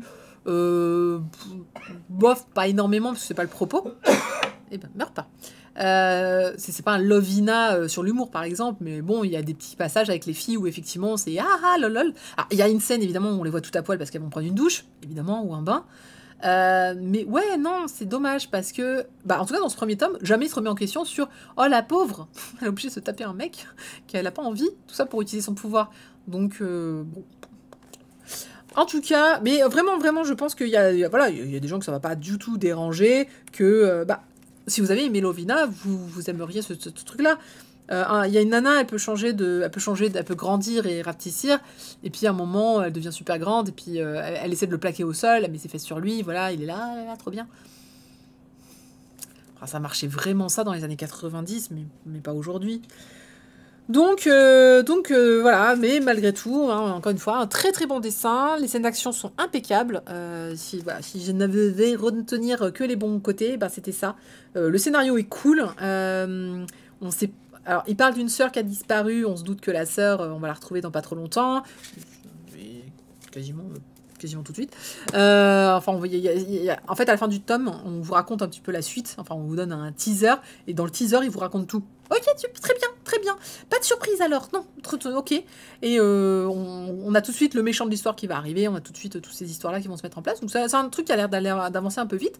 6 tomes, la série est toujours en cours. Bravo Kurokawa. Encore une fois, un manga à moins de 7 €, 6,90 €. Ah bah tiens, j'aurais pu vous le mettre en giveaway, dis donc celui-là, par contre. C'est un manga Jump Plus, tu t'attendais à quoi? Bah, un truc bien. Non, en plus, quand j'avais vu le design de lui en démon, je trouvais ça tellement classe. Quand t'as des dessins comme ça, là, c'est bien ça. Action, tout ça, c'est bien dessiné. Et vraiment, la fille est cool. La fille est super cool. C'est nul. C'est nul de mettre du ecchi dans une bonne histoire. Nul. Voilà, je boude. J'ai le droit. Non, mais en plus, j'aime bien le ecchi, donc ça me fait d'autant plus chier. Le ecchi, moi, j'aime bien quand c'est dans une histoire, quand c'est une histoire où tu t'attends à avoir du ecchi, pas dans une histoire où tu t'y attends pas, quoi. Comme toi, Lovina, ça me dérangeait pas, le petit côté ecchi, ou plein d'autres, hein, même, je sais pas. Vas-y, donne-le moi. Mais j'ai pas mis en place le giveaway, je peux pas. Mais j'y penserai pour la prochaine fois, promis. La couve du tome 2 annonce la couleur. Ok, d'accord, attends, je vais regarder. On regarde juste la couve. Demon Slave 2. Bon, enfin voilà quoi. Hein. Donc, non, mais non, mais non, mais non. Mais c'est vraiment dommage. C'est vraiment dommage. Voilà. Bon, mais au moins, voilà, c'est ça, exactement. Bah, la couve du tome 2 résume bien. J'ai l'impression de me faire avoir sur la couve du tome 1 qui était exceptionnellement belle et intéressante. Mais achetez-le si ça vous tente. Vraiment, à part ça, il est cool. À part ça, il est très très cool. Tome 3, il est bien. Je viens de le voir, le tome 6, ça a été... oui. Ouais, le tome 3 est cool. Ouais. En fait, chaque manga, pour l'instant, chaque couve représente une des filles de l'escadron avec son pouvoir. Donc on a la fille qui rapetissait, grandit, et puis on a une qui a des armes, en fait, elle peut changer sa main en une arme. Ça, elle est pas mal. Les filles sont cool, les persos des filles sont bien... Oh, c'est des gros clichés, hein, mais c'est sympa. C'est pas grave. En même temps, il y a Slave dans le titre. Alors, ça aurait pu être bon. Ça aurait pu être bien. Dit que Grégoire n'a pas pris Bistar à cause des histoires de sexe avec la lapine. C'est vrai? Ah mince. J'ai jamais entendu cette histoire-là. Non, mais ça... Enfin, voilà, c'est pour un public qui n'est pas moi. On va le dire ça comme ça. C'est juste que c'est pas pour moi. Et ça arrive. Voilà, c'est tout.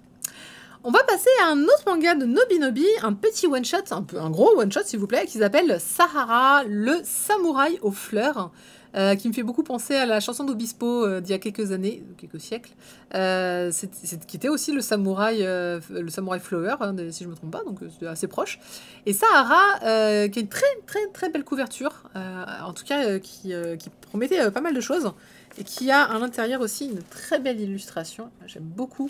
D'ailleurs, je vais en parler du style. Alors, celle-là, je l'aime moins, forcément, mais qui est assez chouette. Donc, c'est un one-shot, histoire complète, bien construite. L'auteur, en fait, explique... Donc, l'auteur, c'est Yusaku Shibata. Il explique qu'en fait, il a fait ça pour une publication dans un magazine, une édition spéciale d'un magazine, et qu'il a pris tout son temps pour créer cette histoire et la dessiner, et ça se ressent beaucoup. On n'est vraiment pas... non, t'inquiète pas, il n'y a pas de spoil. On n'est vraiment pas dans quelque chose de rapidement fait, c'est bien pensé, c'est vraiment bien scénarisé. On est dans un monde futuriste, là encore, où cette fois... Après les démons, on est dans notre monde où la technologie a... Enfin, on a tout détruit, on va le dire comme ça. On a tout pété. Donc la Terre n'est qu'un immense champ de sable dans lequel subsistent quelques rares villes et la végétation a carrément disparu. Les plantes, les gens ne savent quasiment plus qu'une fleur. Il n'y a plus de plantes, il n'y a plus rien. Et la vie est devenue assez compliquée. Et on commence l'histoire avec une jeune fille qui est assez jeune, qui s'appelle Yae. Et Yae, en fait, elle se promène avec un tube qui contient une fleur.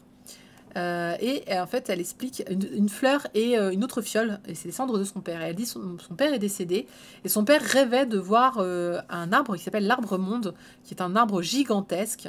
Et il a dit, je viens de cette région-là, je viens de ce pays-là, je sais pas comment on peut le dire.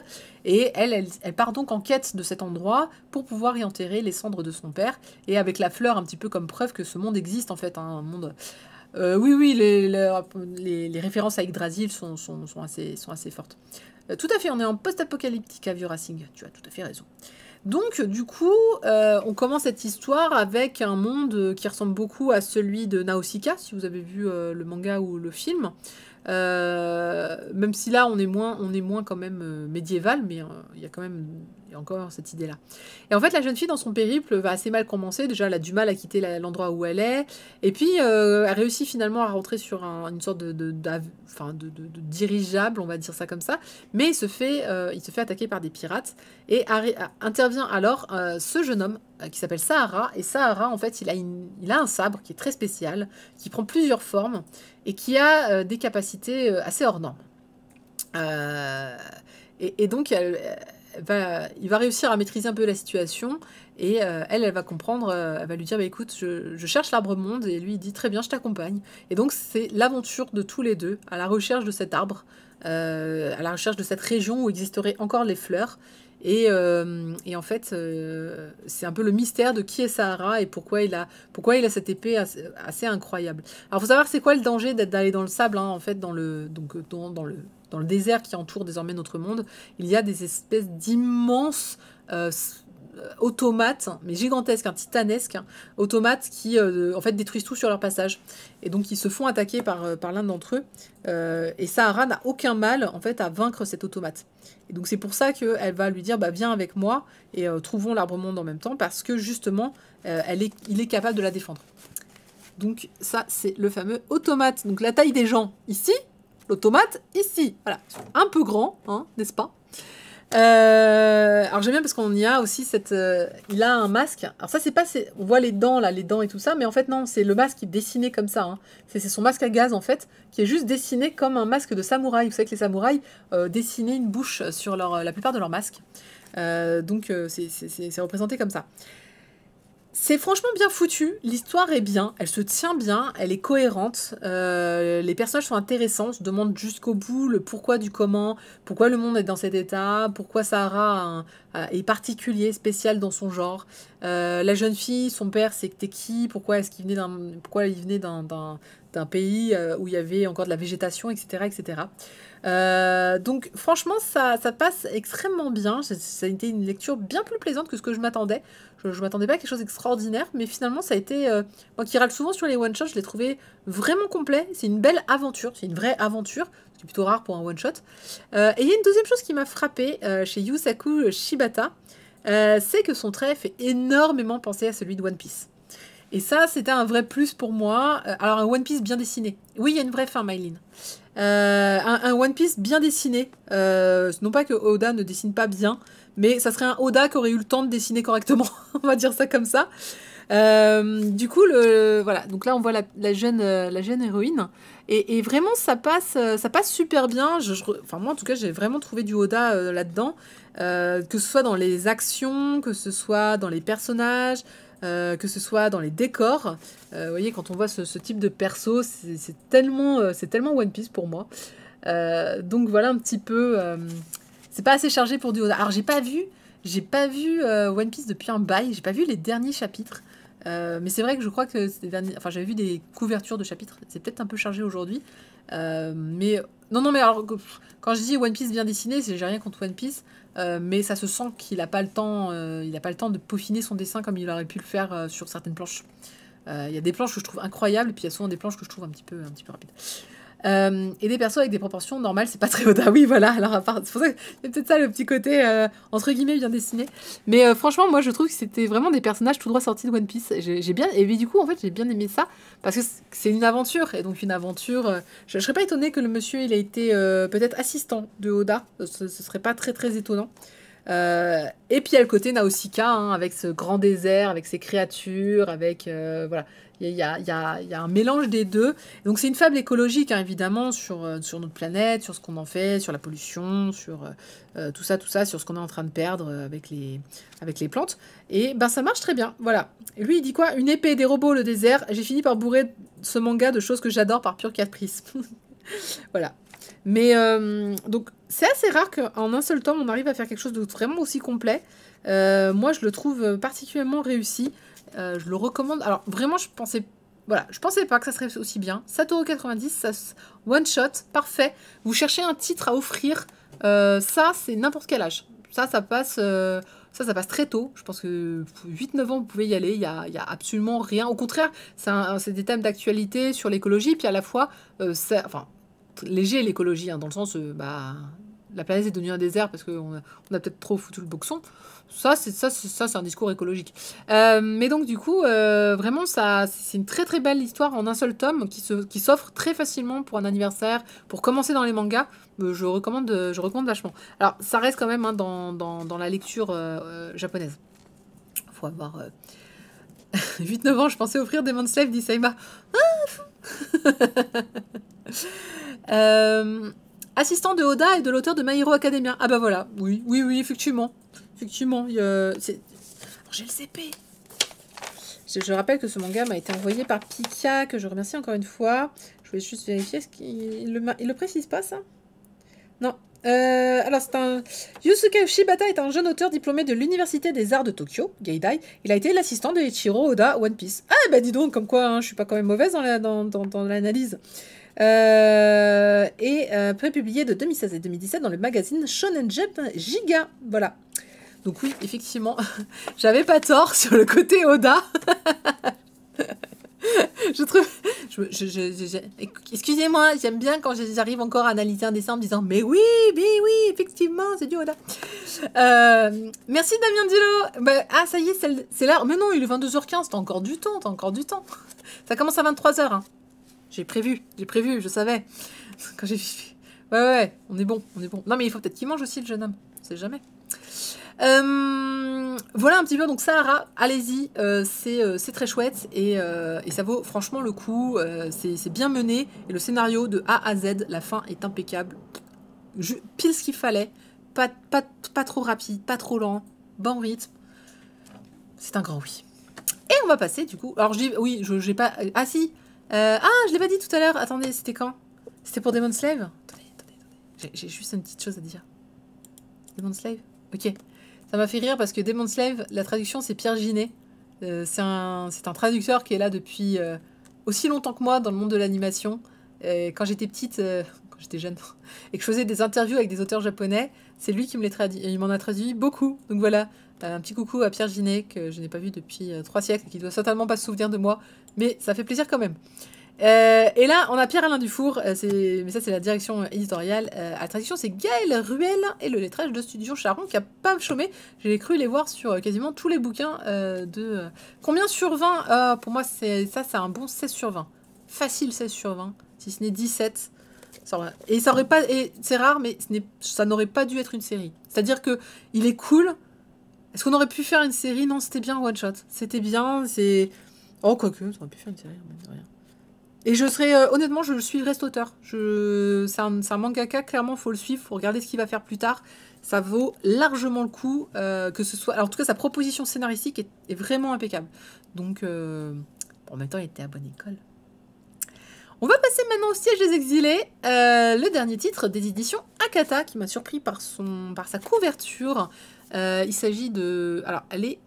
Ouais, ça se voit, ça va difficile à rendre, mais... Ah si, là, ça va. Elle est entièrement dorée, à l'exception de la jeune fille qui est là. Je crois que même les jeunes filles, là, elles sont... Ouais, même pas, hein. Enfin, on a quand même un effet un tout petit peu plus fort sur le fond. C'est une très très très belle couverture, qui est marrante parce qu'il y a ce 1 sur 2 immense. Pour vous dire, c'est un tome sur 2, il n'y aura que 2 tomes, achetez-le. Seulement un, Seima. Et donc, ouais, c'est assez chouette, mais en même temps, je suis un peu étonnée qu'ils aient pris une planche noir et blanc pour faire la couve. Et je me suis demandé si, du coup, c'était quoi la couve japonaise. Je suis pas allée regarder, mais je la trouve assez surprenante. Il s'agit d'un manga de Akane Torikai, hein, on en parle très très souvent avec En proie au silence, avec le one-shot qui s'appelle You've Got a Love Song. C'est un peu la mangaka fétiche en ce moment de Akata parce que c'est une mangaka engagée, tout comme eux d'ailleurs, féministe dans l'âme, qui présente beaucoup de sujets autour des femmes.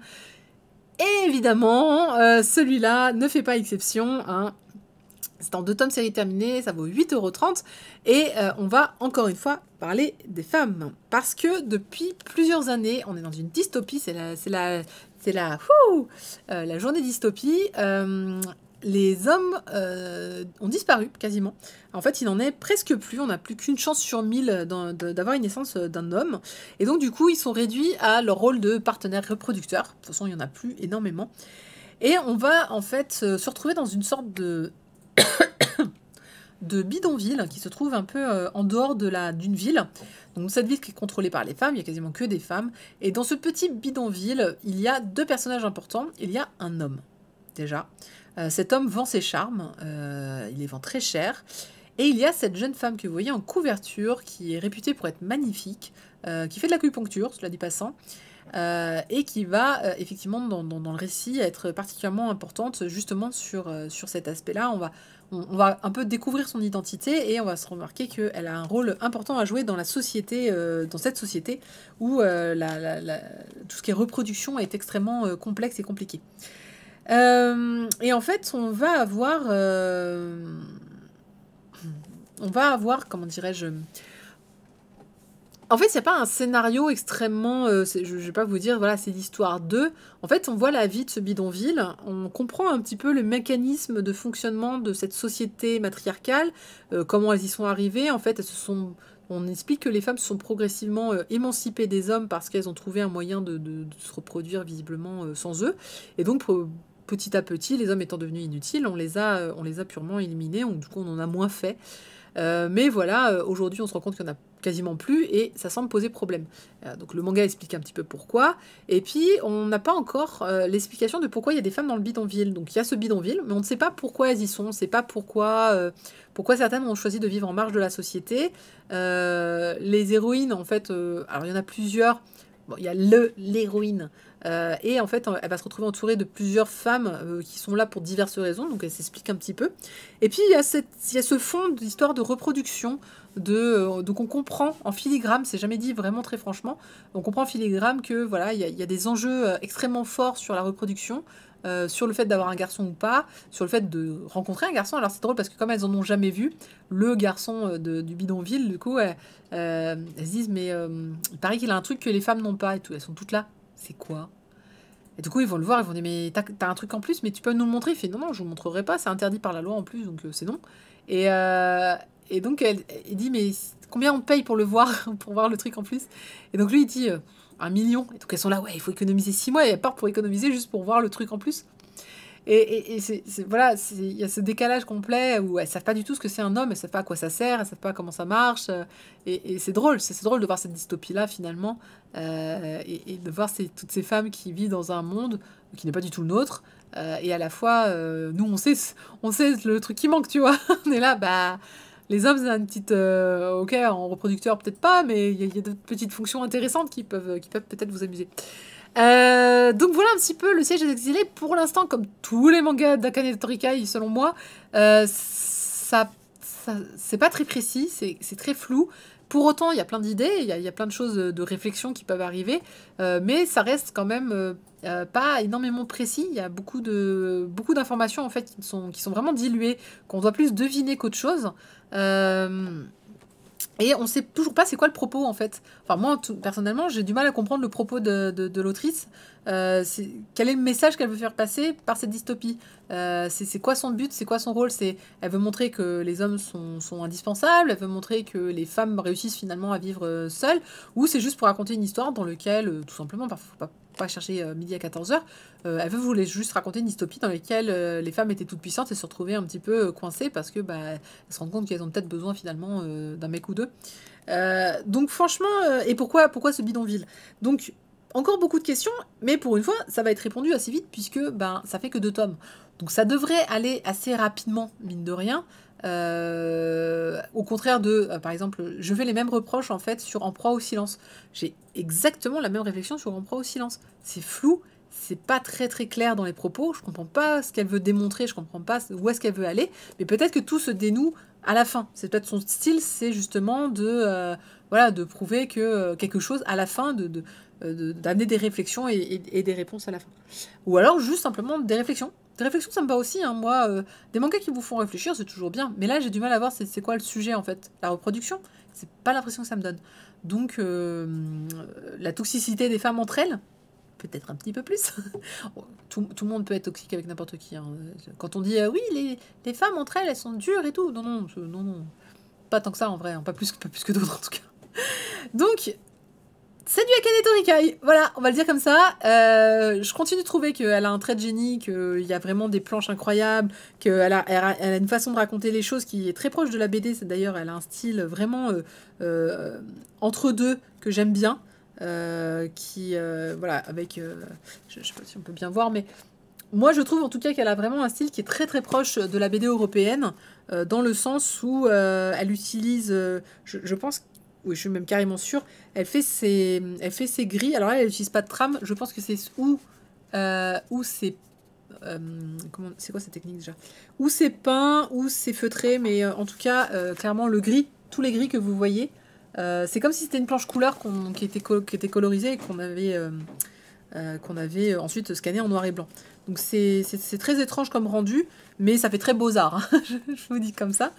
Donc moi je les trouve, voilà, je trouve vraiment qu'elle a un vrai talent, en tout cas dans le dessin, et surtout dans la disposition des corps.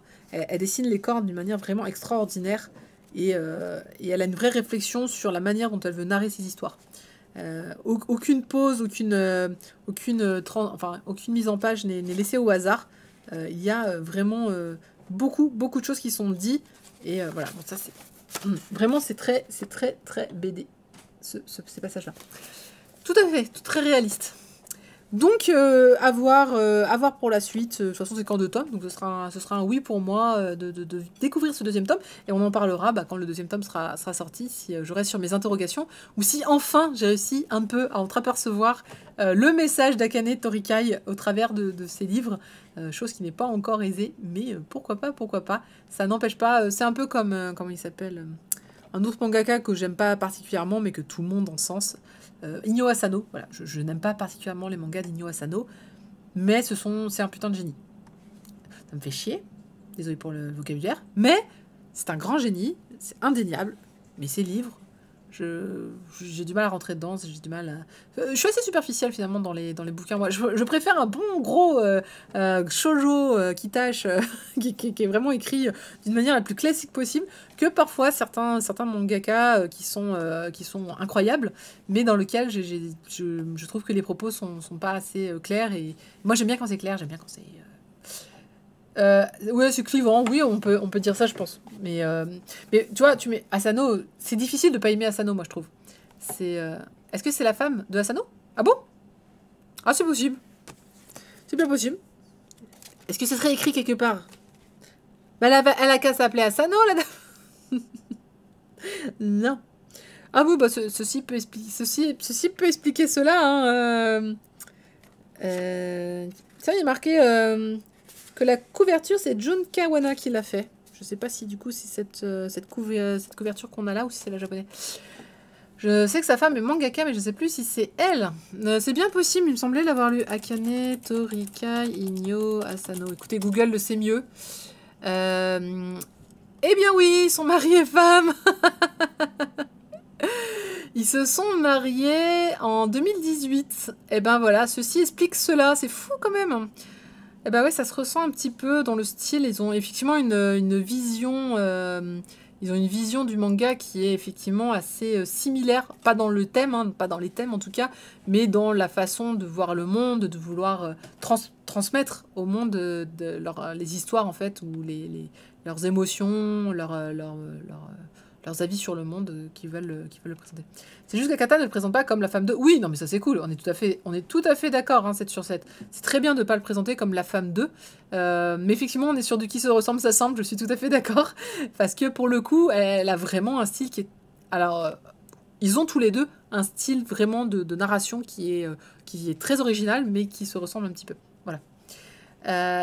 Oui, voilà, oui, c'est vrai.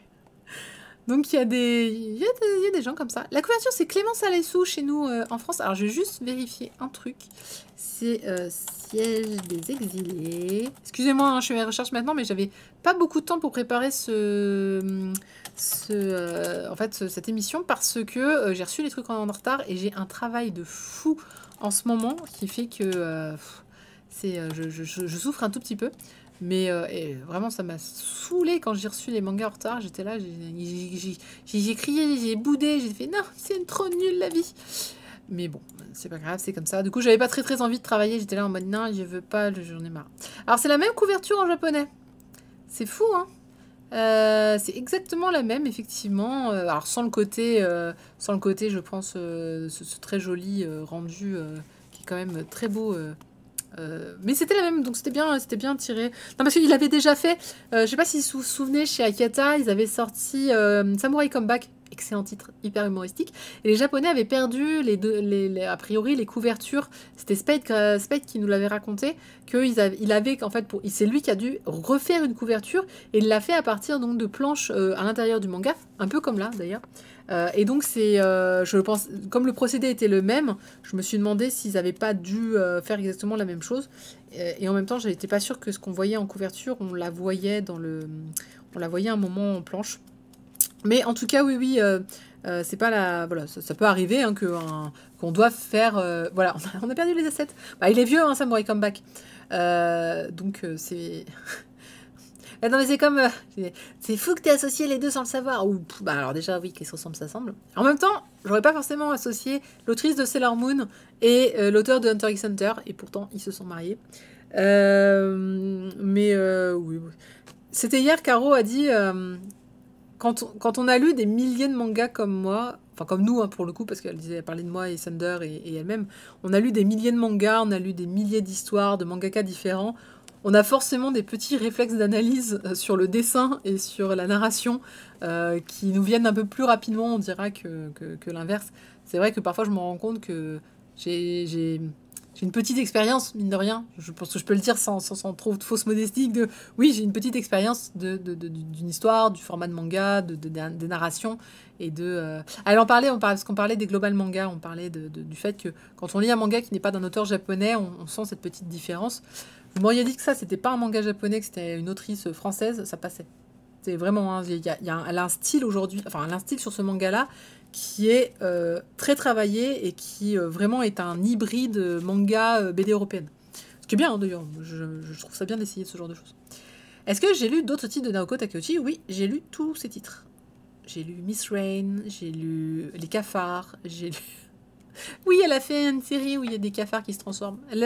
C'est dommage parce qu'après Sailor Moon, elle a jamais terminé aucune de ses autres séries, alors qu'elle avait... C'est dommage. Mais oui, j'ai lu...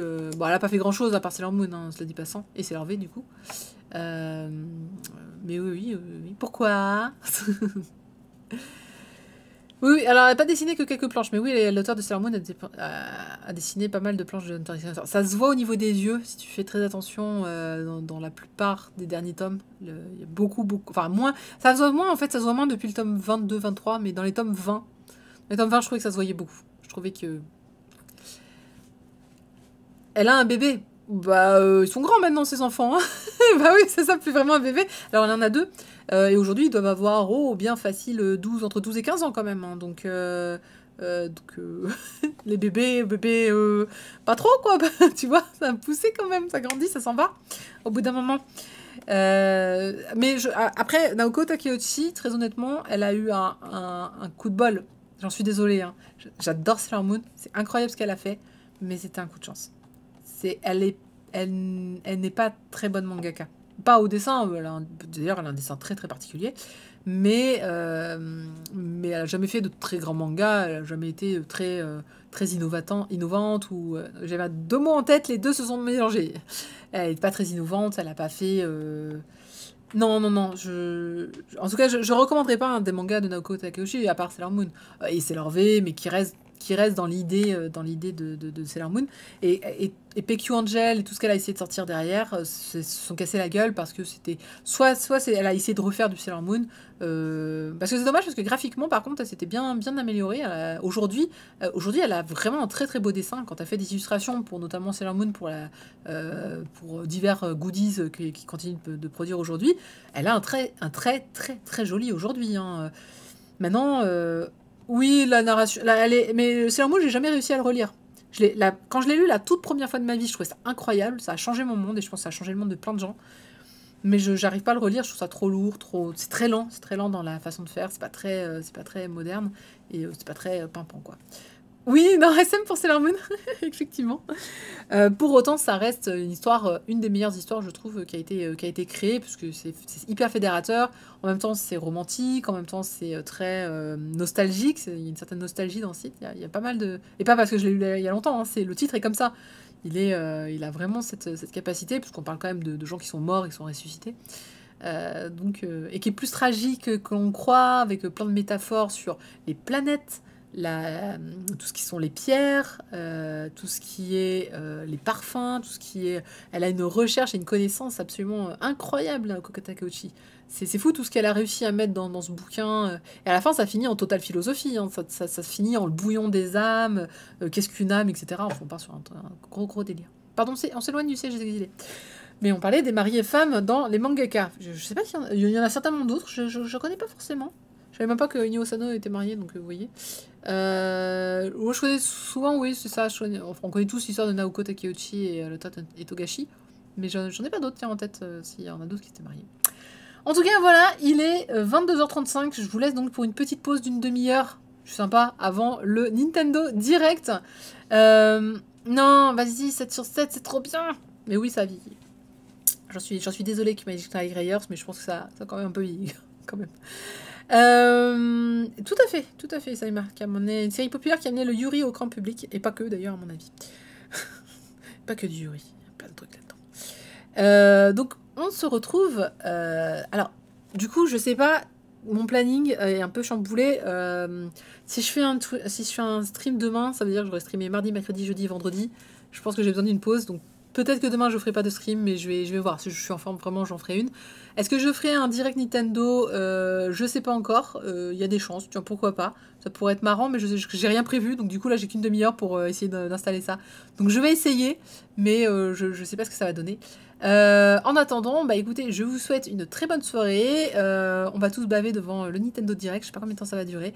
Peut-être que je relance, peut-être pas, on verra. Sinon, vous pouvez toujours me trouver sur le Discord, soit de MangaCast, soit le mien. Et puis voilà, et au pire, on se prend des chips et on regarde ça sur Discord. Bonne nuit à tous et à très bientôt, à minima à vendredi, donc pour l'actu, les news, etc. Bonne soirée, j'étais en train d'arrêter, mais non, on va faire le générique d'abord. Bonne soirée à tous, à plus.